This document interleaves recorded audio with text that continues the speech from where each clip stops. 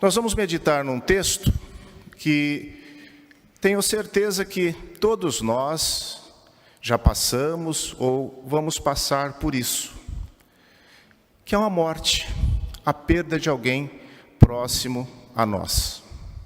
Não existe palavras, não existe nada que possa ser dito que naquele momento possa preencher a saudade, a dor que aquela pessoa que perdeu um ente querido está passando. Nós temos aí, com essa pandemia, muitas pessoas próximas que estão hoje, nesse momento, num leito, entubados, precisando de oxigênio para poder sobreviver. Mas vocês já imaginaram quando essa dor é de um filho único, de uma viúva? Ela aumenta, vem a solidão, o desespero. Como é que fica então esse momento? Mas nós temos uma solução para isso. Nós temos o bálsamo, que é Jesus Cristo. É exatamente sobre isso que eu queria trabalhar com os irmãos nessa noite. O tema da mensagem é o encontro da morte com a vida. O texto que nós vamos trabalhar está em Lucas, Evangelho de Lucas, Novo Testamento, Mateus, Marcos e Lucas, capítulo 7. Eu lerei do versículo 11 ao versículo 16. Aqueles irmãos que puderem ficar em pé, em reverência à palavra do Senhor, por gentileza, que o façam, para que nós possamos acompanhar a leitura que eu irei fazer em Lucas, capítulo 7, de 11 a 16. O texto que nós iremos meditar nessa noite. Assim diz a palavra do Senhor. Em dia subsequente, dirigia-se Jesus a uma cidade chamada Naim. Iam com ele os seus discípulos e numerosa multidão.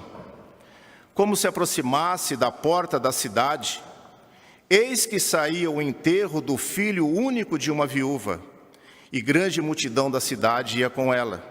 Vendo-a, o Senhor se compadeceu dela e lhe disse: não chores. Chegando-se, tocou o esquife, e parando os que o conduziam, disse: jovem, eu te mando, levanta-te. Sentou-se o que estivera morto e passou a falar, e Jesus o restituiu à sua mãe. Todos ficaram possuídos de temor e glorificavam a Deus, dizendo: grande profeta se levantou entre nós, e Deus visitou o seu povo. Vamos fechar nossos olhos, baixar nossas frontes? Vamos orar? Senhor nosso Deus, nosso Pai, nós estamos diante da Tua palavra. Nos ensina, Senhor, no texto lido, a compreender a Tua vontade sobre as nossas vidas. E no final, Senhor, se for de Teu agrado, que saímos daqui com o coração acalentado, que saímos daqui mais comprometidos com as coisas do Teu reino. Por isso, ó Deus, nos use humildemente, assim como o Senhor quiser. Pedimos e oramos em nome do nosso Salvador Jesus Cristo. Amém. Os irmãos podem sentar. Meus irmãos, uma situação contrastante. Entrando em Naim, Jesus e seus discípulos, e na saída da cidade vem o enterro de um filho de uma viúva. Os cemitérios naquela época eles eram fora da cidade, eram enterrados as pessoas em tocas, em cavernas, ou mesmo em locais com pedras colocadas sobre o corpo, mas isso tudo era feito fora das cidades. Então, no portão da cidade de Naim dá um encontro. A morte saindo e Jesus vem chegando. E é interessante que nós podemos observar que saindo da cidade vem a dor, saindo da cidade vem o sofrimento, e entrando na cidade vem a esperança, vem a oportunidade, e um funeral e Jesus Cristo. O encontro da vida com a morte. Esse encontro da vida com a morte põe diante de nós alguma das maiores verdades que nós podemos conhecer. São verdades que, meus irmãos, não se esgotaram no tempo, porque a Bíblia ela é atual, ela é inerrante. Tudo que nós lemos na palavra de Deus, nós estamos vendo aqui, não importa o ano que foi escrito, mas nós estamos vivendo a realidade atual. São verdades que são válidas para as nossas experiências pessoais e para o cotidiano de cada um de nós que está aqui nessa noite. Eu queria meditar com os irmãos 3 verdades que nós podemos extrair desse texto. 3 verdades que serão importantes no entendimento para que nós possamos colocar em prática na nossa vida, no nosso ministério, porque cada um de nós, onde nós estamos sendo observados e usados por Deus a cada dia da nossa vida. A primeira verdade que eu gostaria de meditar junto com os irmãos é sobre a maior dor que alguém pode ter. A maior dor que alguém pode ter. Versículo 12, que diz o versículo 12: saía o enterro do filho único de uma viúva. Podem imaginar maior dor que essa? Perder um filho é trágico. Não deve, e de momento algum, ser agradável, porque a expectativa natural da vida é que os pais serão chamados antes dos filhos. Essa é a expectativa normal. E que o novo permaneça, que o idoso vá primeiro. Geralmente, a dor da perda, ela é irreparável. Essa lacuna que abre, muitas vezes, são anos e anos, e nós ficamos aí expostos. Agora, a viúva, que já não tinha mais marido, agora também não tem mais filho. E a solidão, quando ela é bem administrada, a ausência da pessoa também vai trazer uma solidão, é um fator de enriquecimento pessoal extraordinário, quando ela é bem administrada. Então aquela viúva perdeu o filho, estava sozinha e agora está diante de uma solidão. Eu sei que quem tem estrutura, eu não preciso aqui repetir isso, porque muitas pessoas aqui têm conhecimento. A minha esposa, que é psicóloga, ela traz comigo uma grande verdade. Ela fala, olha, quando você está só, pode ser um momento para você ser estruturado, desde que você possa entender aquele momento. Mas se você não tem uma estrutura,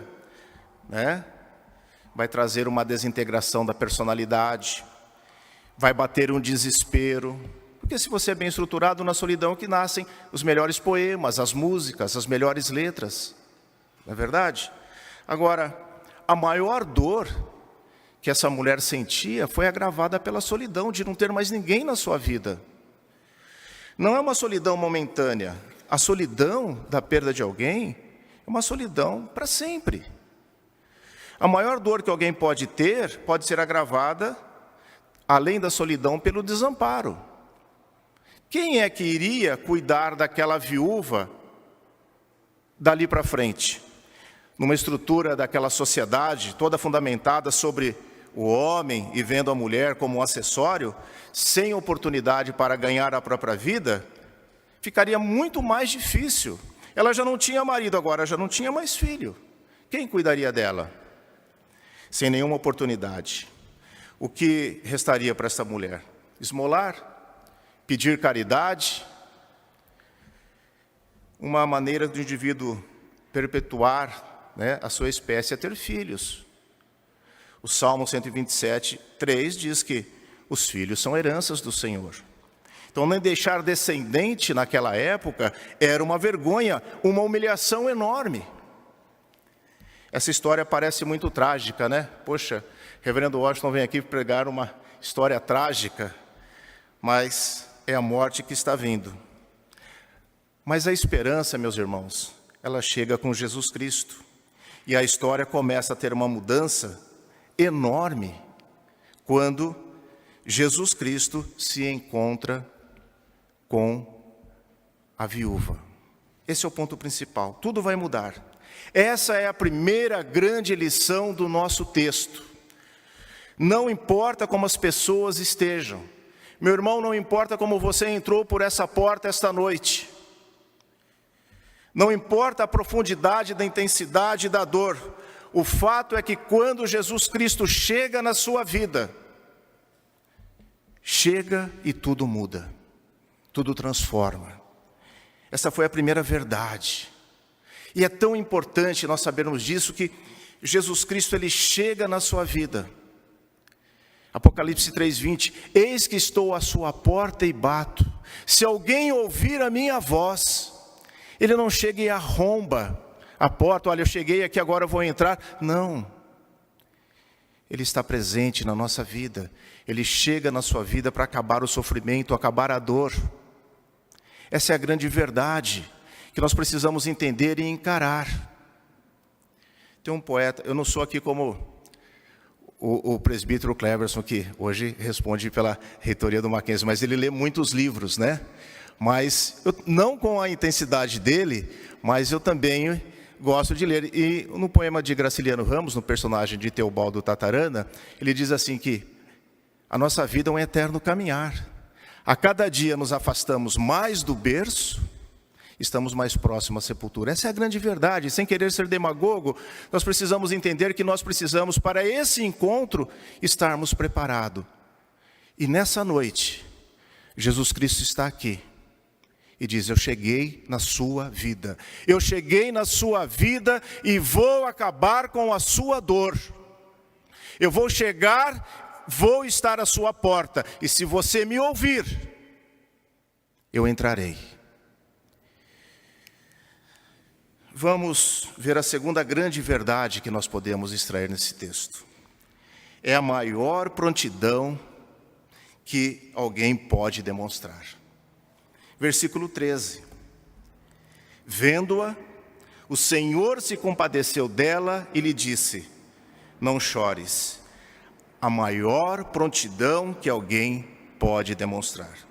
Outra versão diz, logo que a viu, logo que Jesus a viu. A ideia é que foi algo de imediato. Os olhos de Jesus não estavam para os portões da cidade, para as muralhas. Eu tenho certeza que até hoje, né, as cidades, as ruínas que ficaram, chamam a atenção de qualquer um.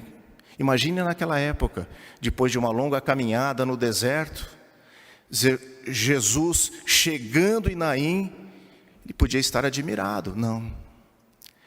O olhar de Jesus foi para aquela mulher.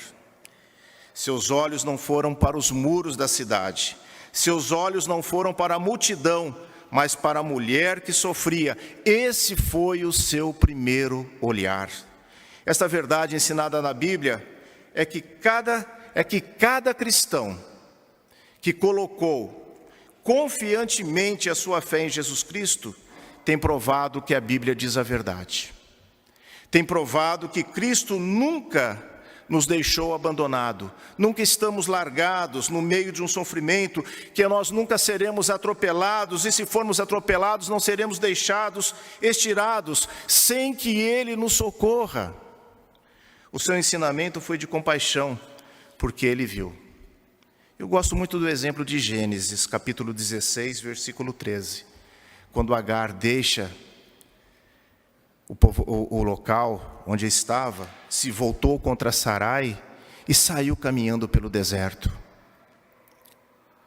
E aí o anjo aparece para ela e diz, Agar, volte, se humilhe. E hoje pela manhã o reverendo Rosser falou sobre humildade no seu culto.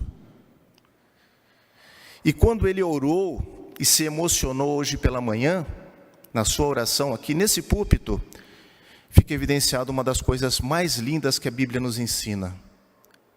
Amar a Deus sobre todas as coisas e o próximo como a ti mesmo. Quando o anjo vê Agar e diz para ela voltar, Agar diz assim, o Senhor é um Deus que vê.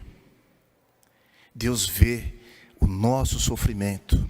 Deus vê a nossa alegria, as nossas dores, e Ele não fica parado. Ele vem ao nosso encontro e sabe da necessidade que nós temos individualmente. Nós não somos para Deus um código de barra, um número de CPF, não. Nós somos considerados os seus filhos.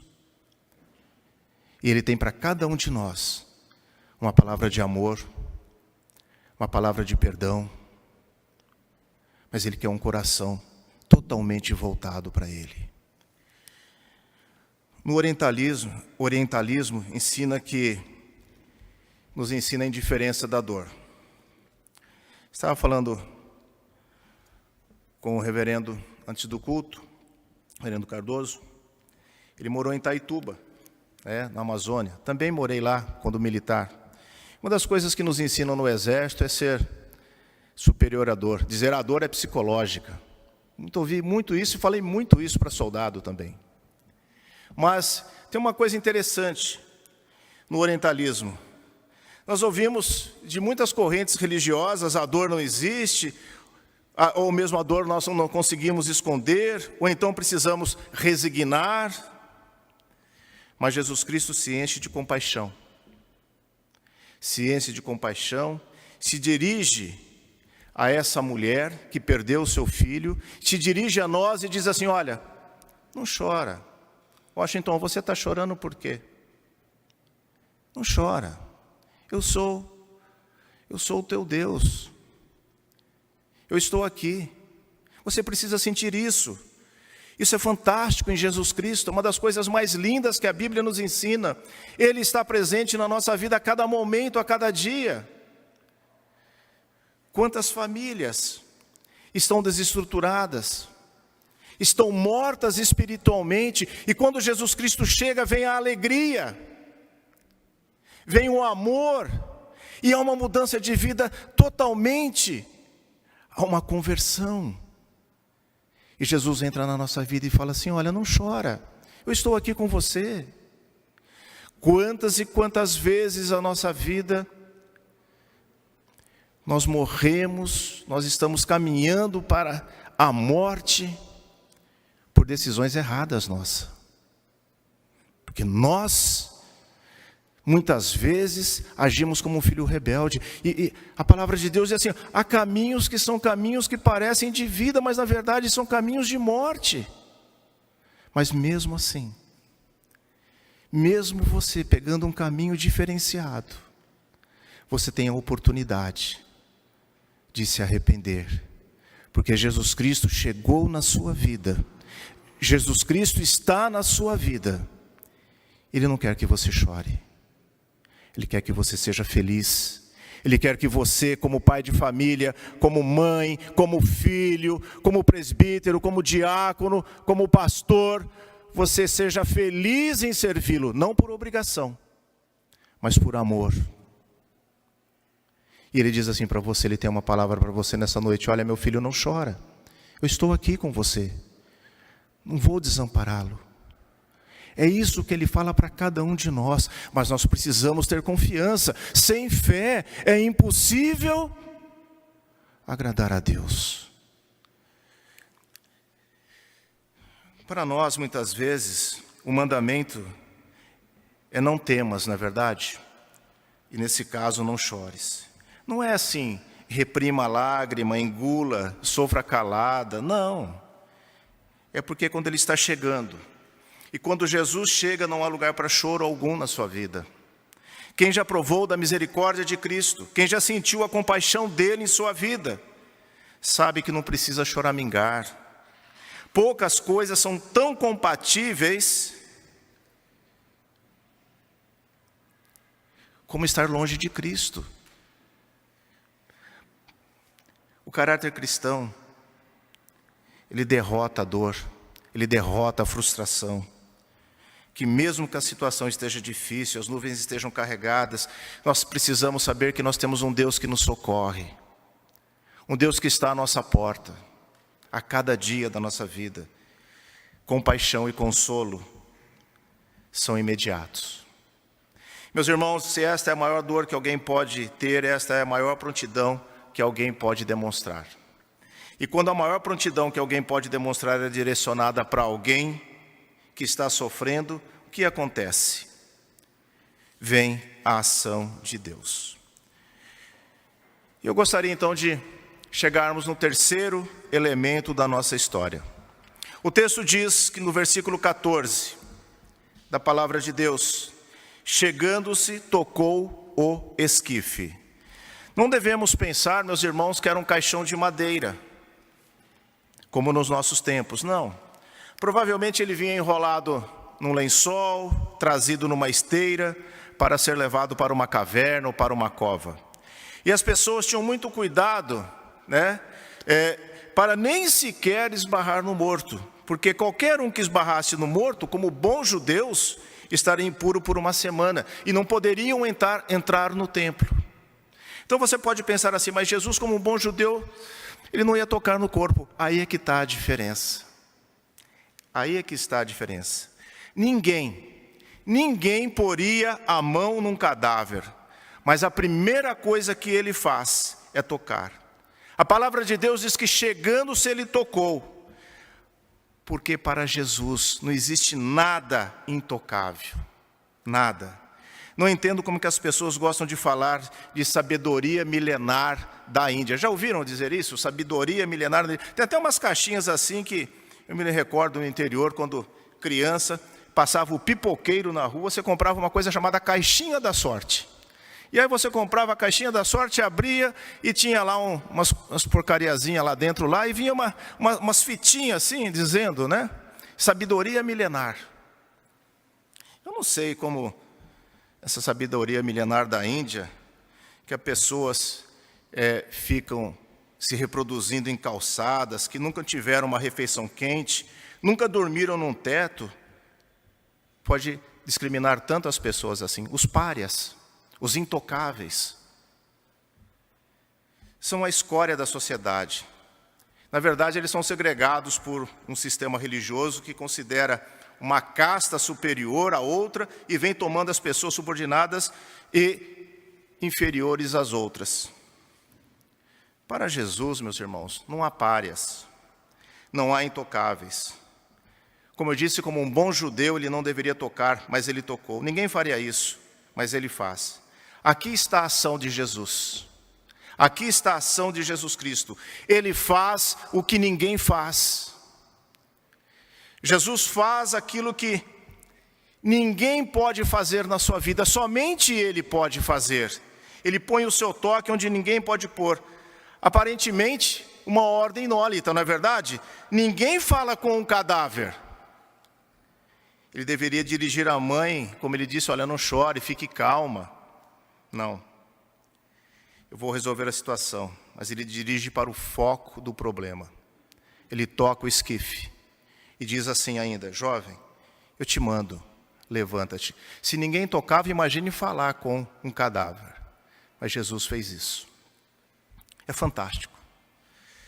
Se ninguém faria isso, tocar no morto, também ninguém diria, jovem, levanta-te. E tem palavras que ninguém tem. Eu me lembro que, quando eu me converti, eu não nasci, não era o propósito de Deus. Eu não nasci num berço evangélico. Me converti aos 19 anos, na igreja presbiteriana lá de São Vicente. E foi algo assim, muito interessante. E quando o pastor pregava, o reverendo Elcias, que o meu sogro, ele falava, ia falando, e ele pregou no Sermão do Monte. E depois que acabou o culto, eu voltei para casa. Eu lembro que eu fiquei lendo, acho que uns 3 meses, o Sermão do Monte. Eu ficava extasiado, eu me lembro das palavras. E aquilo foi entrando no meu coração, foi trabalhando aquilo que os jovens, né, eu me recordo que a mensagem foi de manhã, e logo em seguida tinha a escola dominical, e próximo ali à Avenida Capitão Moura Guiar, em São Vicente, tinha a feira. E os jovens falaram, Washington, vamos comer um pastel e tomar um caldo de cana, né? Eu não tinha R$1 no bolso, né? Aí eu falei, nossa, não, vamos, né? Tem o cartão já tinha cartão de crédito naquela época. Mas aí me deram um pastel, falei, vamos acertar, não, já está tudo certo. Me deram uma Bíblia. Me deram uma revista da escola dominical. Eu falava, nossa, como me senti importante. Meus irmãos, é assim que Jesus trabalha na nossa vida. Ele nos faz sentir importante, porque nós somos importantes para o seu reino. Através daquela atitude, daquela forma, aquele carinho. E aqui vai uma observação para os jovens. Procurem quando vier visita na igreja, jovens, tratá-los com esse carinho, com esse amor. Mostrar para ele que ele é importante, não só o jovem, a pessoa que nos visita. Porque naquele momento, Deus está usando você para o plano que Deus tem na vida daquela pessoa. Sentou-se o que estivera morto e passou a falar. Acabou a dor. A morte vem saindo da cidade, a vida vem entrando na cidade. A morte e a vida se encontram, e sabe o que acontece? A vida triunfa. Porque onde Jesus Cristo está, não há espaço para a morte. Quem crê em mim, ainda que esteja morto, viverá. Isso quer dizer que um crente não morre, pastor? Quer dizer que qualquer um pode ressuscitar? Não. Em Efésios 2:1 nós lemos, estamos nós mortos em nossos delitos e pecado, Ele nos deu o quê? A morte, não é isso? Não, Ele nos deu a vida. Espiritualmente mortos, vivendo sem nenhum desejo de buscar a Deus, vivendo uma vida frustrada, vazia e sem nenhuma alegria. Mas quando Jesus chega na sua vida, a sua vida transforma, a sua vida muda. Não que você não vai ter mais sofrimento, quem disse isso? Nossa, lógico que vamos, mas a partir daquele momento você sabe que quando estiver no deserto caminhando, quando estiver sofrendo, você não vai estar sozinho, Deus estará do nosso lado. Eu estava lendo ontem um depoimento na internet, vendo as coisas que aconteceram, infelizmente,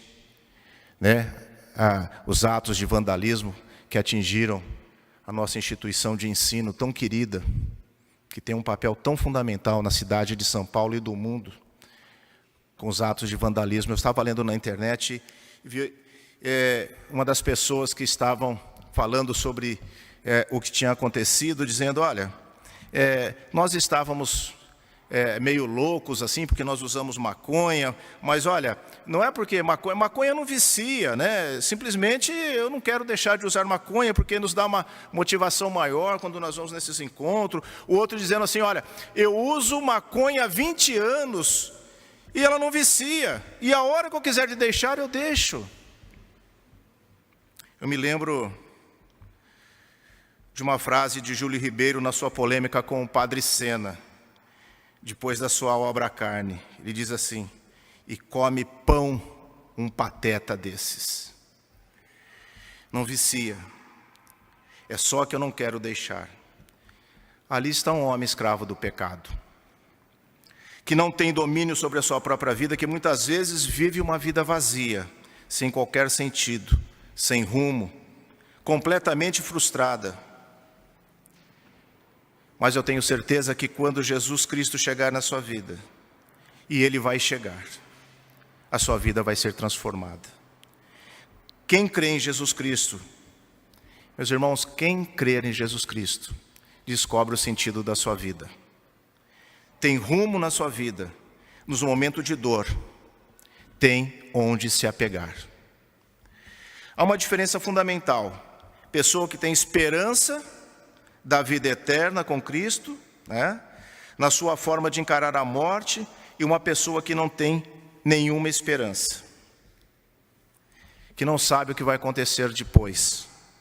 Uma das maiores lições que eu tive na minha vida foi quando pastoreava uma igreja lá no Jardim Arpoador. Fui pastor lá durante 12 anos. E no ofício fúnebre de um membro da nossa igreja, casado há mais de 50 anos, me recordo da sua esposa simplesmente no dia do seu sepultamento no caixão, beijou a sua testa e disse assim: meu amor, até daqui a pouco. Esta é a convicção que tem aquele que deixou a vida triunfar no seu coração. É saber, meus irmãos, que todos nós estaremos diante de Deus. Todos nós seremos chamados. Essa passagem na Bíblia que nós lemos, Jesus restitui o filho à viúva. Mas pode ser que não seja hoje a vontade dele em outra família, o propósito de Deus. Nós precisamos entender isso.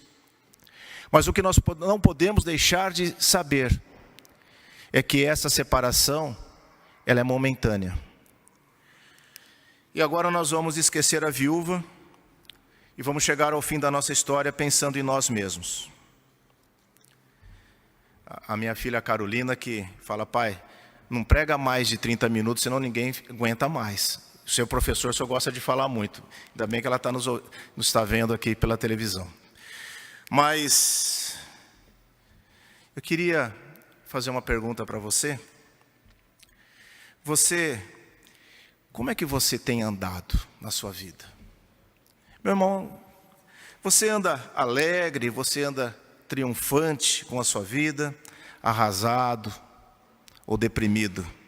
Seu coração canta de alegria, de esperança, ou seu coração está inquieto? Como é que você está? Está com medo do futuro?